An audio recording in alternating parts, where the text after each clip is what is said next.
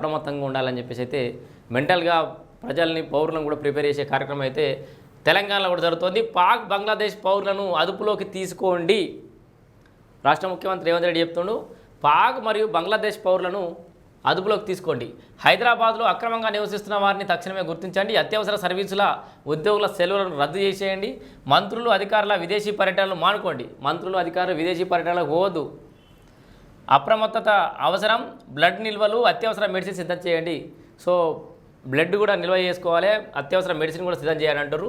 IT సంస్థల వద్ద high security tight చేయాలి. ఫేక్ న్యూస్పై ఉక్కుపాదం మోపాలి. ఇది కూడా చాలా కీలకం నిజంగా.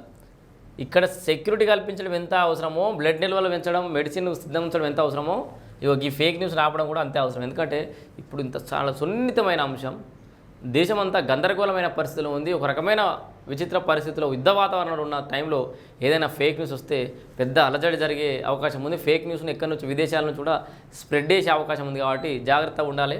ఇది చాలా కీలకమైన అంశం. తెలంగాణ రాష్ట్ర సర్కార్తో పాటు దేశవ్యాప్తంగా కూడా ఈ ఫేక్ న్యూస్ మీద కూడా ఒక నిఘా వేసి ఉంటుంది. చాలా ఇప్పుడు ఫేక్ న్యూస్ అనేది వాడేసే అనుభవం కంటే ప్రమాదకరం అయిపోయింది.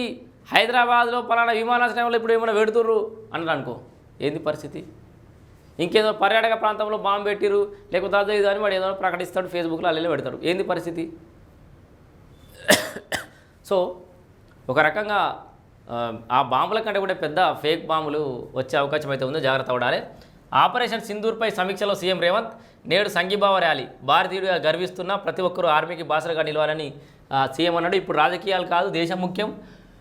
ఉగ్రవాదులు సరిహద్దులు దాటొచ్చి చంపుతుంటే చూస్తూ ఊరుకుంటే ఎలా? భారత రక్షణ రంగంలో హైదరాబాద్ అత్యంత కీలక ప్రాంతం.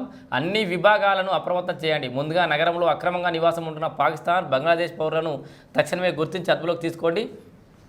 ఆపరేషన్ సింధూర్పై ఒక భారతీయుడిగా గర్విస్తున్న ప్రతి ఒక్కరు ఈ సమయంలో ఆర్మీకి బాసగా నిలవాలి. మనమంతా సైన్యం వెనుకే ఉన్నామన్న సందేశాన్ని నింపాలి. సీఎంగా నా బాధ్యత నేను నిర్వర్తించాలి అని చెప్పేసి కూడా రాష్ట్ర ముఖ్యమంత్రి రేవంత్ రెడ్డి అంటున్నటువంటి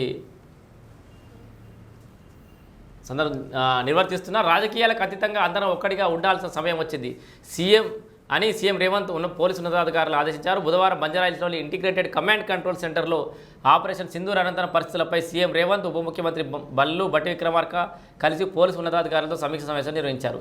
ఎమర్జెన్సీ సర్వీసులకు సెలవులు రద్దు చేసి రాష్ట్రంలో అప్రమత్తంగా ఉండండి. ఎక్కడికి విదేశీ పర్యటనలు పెట్టుకోకండి. దేశంలో కూడా ఒక ప్రాంతం నుంచి ఇంకో ప్రాంతానికి వెళ్ళే పర్యటనలు ఏం పెట్టుకోకండి. సస్తే మన జాగాలని వస్తాం, ఇంకేమైనా వస్తే ఇంకేదో ఇబ్బందులు అవుతాయి.